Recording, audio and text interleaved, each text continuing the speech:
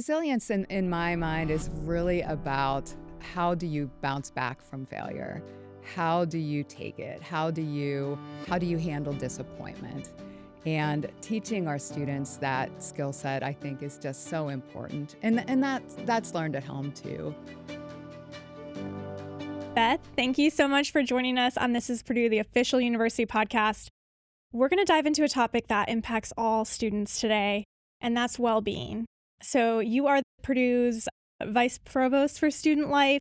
You're a national thought leader when it comes to mental health and well-being in higher education. So you are just the perfect person to talk about two really timely questions, which is how generational differences have shaped what wellness looks like for college students, and then how can adults help prepare high school students to thrive in college? And Purdue's recently been featured in Forbes. We know you've had a ton of vital institutional efforts when it comes to well-being in the programs here at Purdue. So we are thrilled to have you. Thanks for coming. And absolutely thrilled to be here. I admire your work, and it's just great to be part of your podcast. Thank you. Thank you so much. So let's dive right into it because this is really pressing. This isn't just a couple students here and there who are struggling. It's a widespread issue. So your upcoming book cites that 44% of college students are experiencing depression symptoms, and then 37% are struggling with anxiety. How do these stats underscore the need for stronger support and resources for students? Yeah, the statistics are pretty profound. That particular set came from Healthy Minds, the Healthy Minds Network. And they're a couple years old, but they really do seem to, that number is pretty consistent with what we see here at Purdue, as well as really with that age population overall, not just college students. And so when we think about that, we know that we have to be supportive. I mean, one of our jobs in student life is to meet students where they are, and they're coming in and needing this extra support. And so we do that in two ways. First, we ramped up what we're doing in CAPS, our counseling center, added staff to be able to meet those needs, build out a different timeline to support those students, and really just, looking at it from a meeting the mental health demand process, took those steps. The other side of it, though, is really looking at the culture as a whole and how do we build those support networks to support students. And one of the things that's really important, every problem is not a mental health challenge. Every depressive moment is not necessarily a clinical depression. And so helping our students tease out when we need that clinical support, but where we also might need a friendly face, a person to talk to, someone to help guide through a situation. I love that distinction. So sometimes it might just be a student having a bad day Exactly. instead of, needing clinical help. Exactly right. So your upcoming book is titled The Oxford Handbook of Wellbeing in Higher Education. You're a co-author on it. So well-being is part of that book title, but let's dig into what well-being means to you. Absolutely. So I am blessed to be working with my co-editor, who's actually the lead editor, Louis Tay. He is a psychologist by training, organizational psychologist here at Purdue, a professor, extremely prolific. He is a great researcher. And together, he brings the research side and I bring the applied side. For our book, we looked at well-being as very holistic in nature. We want to have our students be flourishing in various domains in life, not just academically, that's obviously very important, but also socially, even financially, making sure that they're taking care of their finances appropriately and have options available to them to learn more in that space, looking at how they get along, outside of whether it's academically, socially, or even just exercise and taking care of their body. So whatever domains are important to students, we want to be there to support them, and we want them to flourish in those spaces. What are some of those internal and external factors that influence overall well-being in people's lives? Great question. So we like to look at things both psychological, so how do I handle things as a human, but then also sociological, so how does the community support an individual? And so from the human side, it's how am I taking care of myself? Do I have the skill set? Do I have resiliency skills? Am I getting enough sleep? Am I going to the gym? Am I doing things to take care of me? And how do I build out that skill set? On the sociological side, it's really looking at our community as a whole And how are we really building out that safety net to support our students through their academic journey? So, one of the things we know is that failure is an important part of the experience. And if you're taking risks, and we want our people to, we want students, we want all of us to take risks because that means that we're trying new things, right? And so when we take risks, we are bound to fall on our face sometimes. That is a normal part of development. And we want people to realize that, just because you fail, you can still pick up and go. And that doesn't mean you don't take time for yourself. You don't be mad about it or sad about it. That's normal. That's fine. But then what do you do? And can you learn from that mistake? Can you pick apart what happened? And then how do you translate that to the next phase? And you touched on sometimes the really exciting highs of your life are also stressful. I was thinking wedding planning is a great example of that. Wedding planning is a great example. And we think of, with students, we think of those transitions and how stressful those can be. And so we think of our brand new students coming into higher Right. education, super excited to be here, but that's also a stressful time. And then similarly, as you're thinking about that next phase and you're getting ready to graduate and take on life in a new way, that's also stressful too. And so even those highs can be moments of stress. And so just helping people normalize that and work through it. That makes total sense. I remember coming to Purdue and your parents aren't around. You don't have maybe home cooked meals. There are so many different things. And then again, when you're graduating and maybe students don't have a job yet or Right. that stress, it's exciting to be graduating and, Right. being part of that next chapter. But if you don't know what's coming, that's also very It's stressful. it's it is. It's tough to even contemplating moving to a new place can be stressful. Absolutely. So how are universities like Purdue adapting to this need of, this well-being journey for students? I think on multiple fronts. And so when we first started seeing this demand increase for mental health services, I think the first thing out of the gate was to ramp up our counseling services. And this is true across the board. People added staff, we added therapists. But we got to this point where we realized it was definitely more than that, that we had to start building out a culture that supports. So we have done things at Purdue, and this actually predates some of the changes in CAPS. We have a model called Student of Concern, and we talk about that all over the place. Students know this, faculty know this. Heck, we even had an Uber driver who knew this. So if there is concern about a student, they can fill out a quick online form and our dean of students office will reach out to that student and just check in with them and make sure they're doing okay.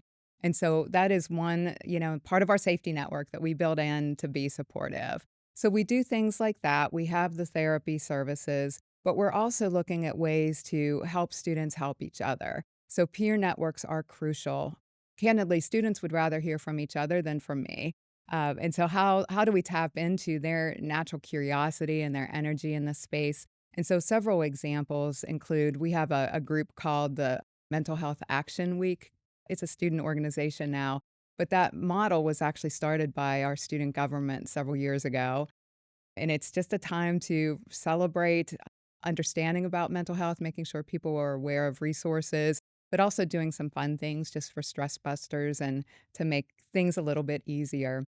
Our CAPS office, we have a phenomenal guy that leads our well-being division and our counseling services, Chris Haynes.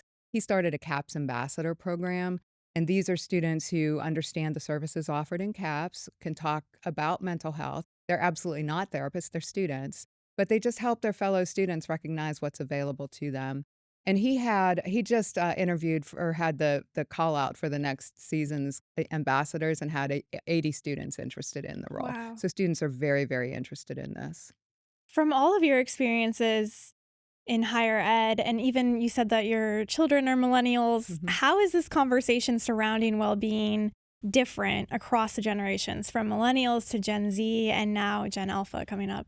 I love talking about generations, but there has to be a caveat too, because sometimes we lump people together in generations and assume that, you're a millennial, therefore you must be. And that's absolutely not true. Discussions about generations are really about shared experiences of an age group, right? So that's essentially what we're talking about here.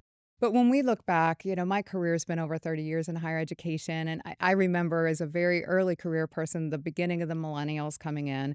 Millennials weren't talking about well being at all. Millennials were talking about their experiences. They wanted to touch and experience every facet of higher education. They wanted to join lots of organizations. They may have changed their major a few times. They wanted to experience it all. The other component of millennials that change higher education, I believe, since, has been the involvement of parents. So millennials brought their parents to college. Parents jumped in huge ways in terms of trying to pave the way for their students. So when I look back at that era, which was, most of the 2000s, the early 2000s, that was kind of what we were experiencing. So you flash forward and Gen Z entered college in the mid-teens, and that's where we started seeing some of the increase from mental health services, and I attribute some of this to a generational shift that happened in terms of what this group wanted out of their collegiate experience. So where millennials were very focused on those experiences, Gen Z just wanted the outcomes. And so they're looking at what is next and how do I prepare myself for that? Looking at college as kind of a ladder that they're climbing to the next thing. And through this process, they are putting so much pressure on themselves to excel and to be the best and to have grand opportunities in life. They sometimes need that extra support. And so when we're thinking ahead now, Gen Alpha's, by the numbers, probably a few years out, but I'm already seeing some shifts in how students are approaching things. We are seeing far more desire to be involved again. I mentioned CAPS ambassadors jumping in at, 80 people wanting to do this work. We're seeing that all over the place. Students are flourishing in huge ways. Another nuance we're seeing, we do the Gallup Strengths, which is a component of the first year program, our BGR program. And the last 2 years, we've seen in the top 5 strengths of our students empathy come out. And so this concern for others, I think, is evolving. And so there is definitely a shift from not caring too much about well-being to very focused on well-being, in part because of this outcome, to, this I believe will be a highly engaged group again, but with this focus on well-being continuing. The other component I'd like to share here, I think technology has played a role in every one of these generations. And so when you think about millennials, millennials inherited the internet. They were the first generation that grew up online.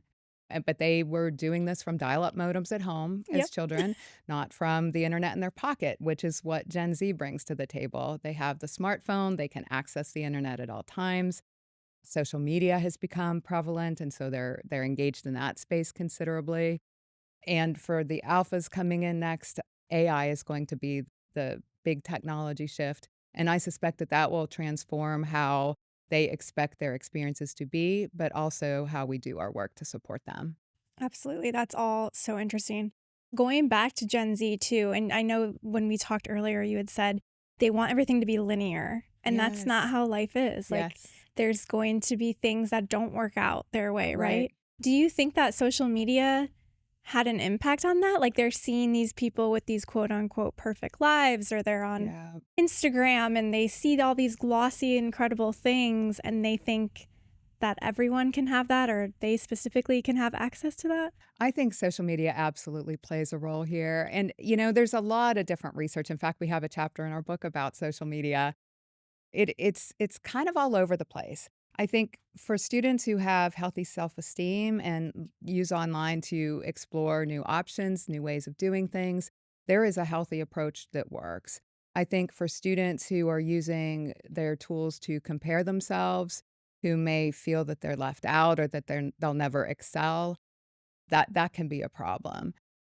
I also think that sometimes people put personas that are a little, maybe not quite themselves, right? So they're putting these aspirational personas on social media and seeing how those, get likes. And sometimes that can be, it can just be problematic because if you're looking for likes for something that you're really not, Right, what does that say to you? right. And so I think there's positives with social media use, but absolutely the comparison component has been a major issue. There's just been a study, it's in the Journal of the American Medical Association online version that looked at they basically did a social media break or a smartphone break for a week, And they used mental health tools for depression and anxiety, for example, to assess pre and post. And these individuals that participated had higher overall well-being, so lower scores on these indicators for depression and for anxiety. And so there's something there too. When I was at Purdue, I did not have internet on my phone. I did Mhm. not have a smartphone until I was 22 or 23. So it was just so much more like living in the moment, and you Mhm. didn't know where people were, and you didn't Yes. know what people were posting or what, and there was just something to that made life a lot easier, I I think. agree. I think the online presence that's continually in our face has just added a layer of complexity that is it's just tough to navigate. It's tough to navigate. Absolutely. So, going back to the younger generations having these more open conversations about mental health, older generations, had to navigate a lot of different tough things too. So, where do you think this shift developed when it comes to access to more mental health resources? And what do you think that means for current students? Yeah, I think there's a lot in that question. First, I think that every generation has kind of badgered their younger the people who follow. I mean, I just think of, the baby boomers, for example. I mean, they, had the long hair, right? So cut your hair, hippies, right? And they pushed envelopes right and left. And the music, right? Rock and roll. My goodness, Yeah. how horrible is rock and roll? And so, they rocked the world in the 60s and 70s and took a lot of flack for it from their elders. I think there are examples, you could probably just research this online, where there will be some quote about the youth of today, and you think it's a current quote, and it's some historical figure from years ago making those comments. So I think that's just part of human nature to do that. But with that said, my sense on some of this is that particularly, I think the 2008 financial crisis hit very hard. And my theory, this is only my theory, I do not have research to support this, but my theory is that moment in time, our millennials, the leading edge of the millennials had just entered the workforce. They, in many cases, might have been first in, first out in terms of layoffs. We had a group that was following that had a hard time maybe securing good employment, and they were very angry that they did not have a good experience, that their higher education did not guarantee them that dream job that they were looking for. And they, at that moment in time, were our largest generation. Their parents, the baby boomers, were the second largest generation who was also ticked. And so I think we had this generation that was just, upset that they weren't launching the way that they had hoped. And I think when the next generation came in the teens, you know, they believed that they were gonna make the most of this experience. They weren't gonna waste time in college. They weren't gonna waste money trying new things. They were gonna get through, and they were gonna get a good job. So I think it just transformed how they approached the experience. And from there, I think the pressures were just pretty significant in terms of trying to get the best job and believing that, maybe other people might be doing better than I am in this space. And then that pressure just leads to that cyclical stuff that's really, really hard to navigate. The other point I want to make in this space, I think it is just people are much more inclined to seek help now than they would have been a generation or two ago. And that's a good thing. We don't want to say that that's a bad thing.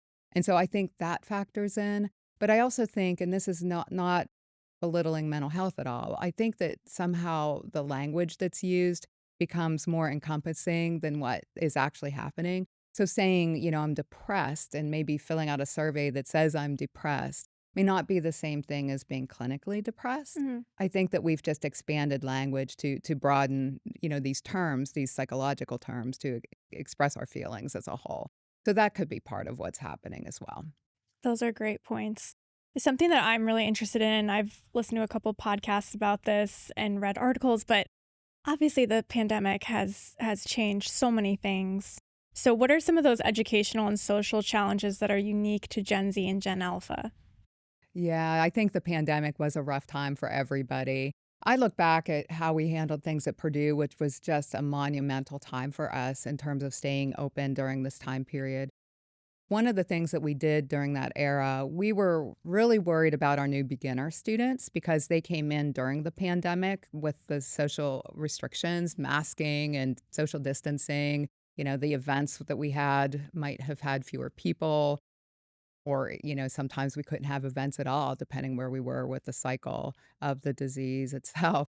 But we did a survey just to see how are people doing, and then we looked at various variables in terms of the people who were doing well versus maybe not so well.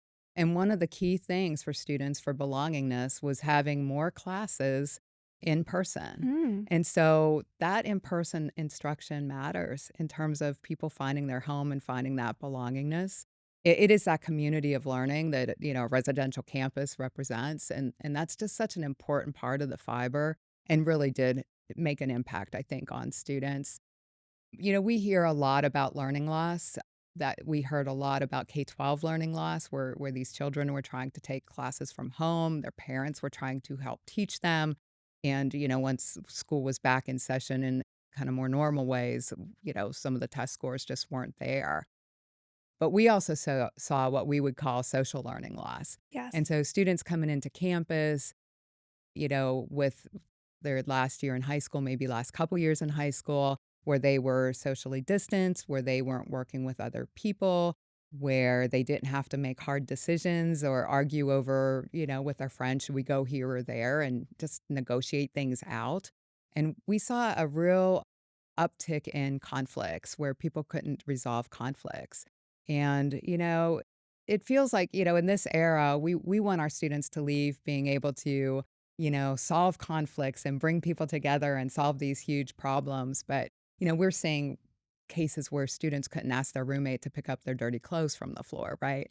So there's a little loss there. Sure. So we work to try to build out those skill sets for students. We got into doing some work in the conflict competence area. How do you resolve things? We have some online tools, and actually, some of my team members are teaching a course this spring in that space. And the online tools have been helpful. One of the spaces that's using them is group projects. So if you think about it, when you're working in a group with other students, you've got to negotiate it all, who's doing what part and Absolutely. who's turning what in when. And so having a bit of a skill booster in this space, I think, is very helpful. And you just think about, maybe they didn't get to go to their high school prom, their graduation, these huge monumental social Absolutely. events in your life that they had to miss out on. Absolutely. Well, and just building the social skills to connect with people. When you come in from high school with, a smaller number of people to a large campus, I mean, that's tough in any times. So if you haven't had that background to be able to navigate and socialize and build those connections, that just made it even harder. And so I think our work was a lot more, you know, how to bring people together, how to help support, just those connections. A lot of our work was around our student organizations because a lot of the learning was lost when people graduated. And so if they didn't have a normal experience of what that student organization did, for example, having to kind of ramp that back up and teach again what this organization does. Let's say they're putting on a program, let's talk about what that looks like and how we get it done and how you build the structure to do it. So there were absolutely some scaffolding taking place on that front too. We touched on this a little bit, but, this access to social media and now AI, how will that continue to impact the well-being of Gen Z and Gen Alpha college students? Yeah, I think that AI is one of the big unknowns. I think that there's a lot of opportunity for AI to help distill information, to help us think through things. But we're seeing more and more data that suggests that students are using AI tools as pseudo coaches or therapists, asking mental health types of questions to these tools. And they're not trained therapists. And, Right. in some cases may provide false information. In some cases are trained to reflect back to you what you want to hear, which may not be what you need to hear. Right. And so, I think there's some danger with that aspect. But I also think that, again, we're all gonna be using AI, and so what tools might we develop that support in this space, that aren't algorithms that get people connected and hooked, right? But that are truly help tools that are grounded in research and how to best coach and help students. That makes sense. You used the word resilience earlier. What does resilience look like for today's young people? So resilience in my mind is really about how do you bounce back from failure? How do you take it? How do you handle disappointment? And teaching our students that skill set, I think, is just so important. And that's learned at home too. That's the, state finals that you didn't win as a basketball team. That's the, work so hard to get a good grade and it didn't happen for you. And how do you help students process that, learn from that, and move forward? Let's dive into how, people at home, parents, educators, coaches, how can they help, build and foster resiliency within their young people? I think out of the gate, normalizing failure, but learning from failure. I mean, none of us want to fail, and we certainly don't want to fail all the time. But when that does happen, how do we help people pick up from that? And kind of learn to advance themselves through that from what you learned from it, right? And so I think that's absolutely one of the ways to build resilience. Another huge component of resilience is your social network. And we're not talking online social networks, we're talking humans. And so having a robust network of humans that you can rely on, that you can talk to, that you can trust, Mm. that represent lots of different aspects of you, whether that's the field of study, whether that's an interest or hobby, whether that's spiritual, family. There are just so many ways to go here. But just having that network to be there for you. The flip side of that, though, is for networks to be most effective, you have to give back to that network. You Mm. have to be there for other people. And honestly, that act of giving is such a form of well-being too, because you just feel good when you It's help somebody. rewarding, It's right? absolutely rewarding. So helping students build, those skill sets to pick themselves up from failure, as well as ties into these networks and what that means for folks. Is there a top tip that you tell parents, hey, do this thing in high school to help prepare your students for college? One of the big things, I mean, out of the gate, certainly the time management skills, study skills, coming in with, it's going to be tougher in college than it was in high school. And so, how do you allocate your time and how do you build out those pieces? The other big one I would advocate for is help seeking. And so, knowing when you need to ask for help. That I'm just not getting this and not being afraid to reach out and find the resources. Purdue is just full of resources all over the place and who are eager to help students. And so finding ways to support students to build out their own. I mean, it's a form of resiliency too, knowing when to ask for help. You touched on this earlier. You said that millennials kind of brought their parents to college with them. What is a top piece of advice when it comes to parents supporting well being from afar? I think a couple things here too. First, I think helping their student help themselves. Not getting into it to solve it for them, but helping them with the skills to take this on themselves and resolve it. There are times where families get involved and it makes perfect sense. There are times where people can't seem to get the right person to talk to or navigate the situation, and that's totally fine. But that self-resilience in terms of being able to solve your own problems is just phenomenal. The other thing I would say, and this goes back to networks, I just can't say this one enough. Purdue is such a rich tapestry of individuals. And once you join our community, you are part of this community for life. You are part of this vast alumni network. So take advantage of opportunities. You will have chances to meet CEOs in your classes. We have programs like Old Masters or Executive in Residence that bring people in specifically to talk to students. Take advantage of those opportunities. But the other part of networks is building your friend group. You are among, and you may be the next CEO, you may be the next astronaut, and your friends are going to be in that space too, the innovators of tomorrow. And so building that friend group and maintaining that friend group throughout life just makes you part of this tapestry forever. And then, of course, as an older student, perhaps paying it forward to the younger students, as alumni, paying it forward to students, there's just that way to give back and keep this amazing system that is Purdue I love continuing. that. I love that. Something else too is when you touched on being able to solve your own problems or kind of sourcing solutions, being solutions oriented is so important when you graduate too, in your job Absolutely. in the workforce, right? Absolutely. So in 2018, your team saw a need for mental health care access and resources, and you developed the Steps to Leaps framework here at Purdue. Tell us a little bit about that initial need for this framework and how has it helped students over the years? I love that question. So, Steps to Leaps evolved after we invested in some mental health services early on and realized we need to build out a culture here. And so we worked with students to build Steps to Leaps. So these concepts were totally student driven. And so the themes embedded in Steps to Leaps are well being overall, which is pretty self explanatory, leadership, which we're framing as that self development and that professional development. So reinvesting in yourself throughout your life, impact, which is a Gen Z thing, wanting to make a big difference. And so, how do you make a big difference?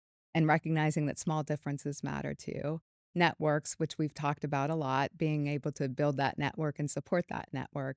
And then grit or persistence, that resiliency set of skills.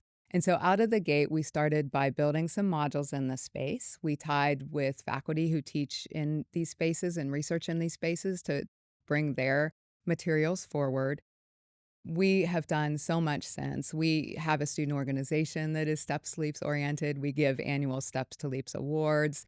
We have a program that embeds these principles in the classroom, and we have small stipends for faculty to work with these well-being topics in their classroom. Steps to Leaps is the framework that we're using for well-being as a whole. So as we're looking at how our students grow in this space, the framework of these individual pillars are how we're looking at that growth. And so this has taken us far.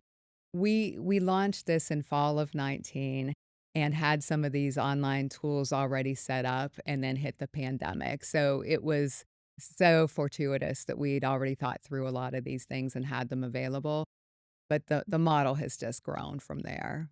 That's exciting.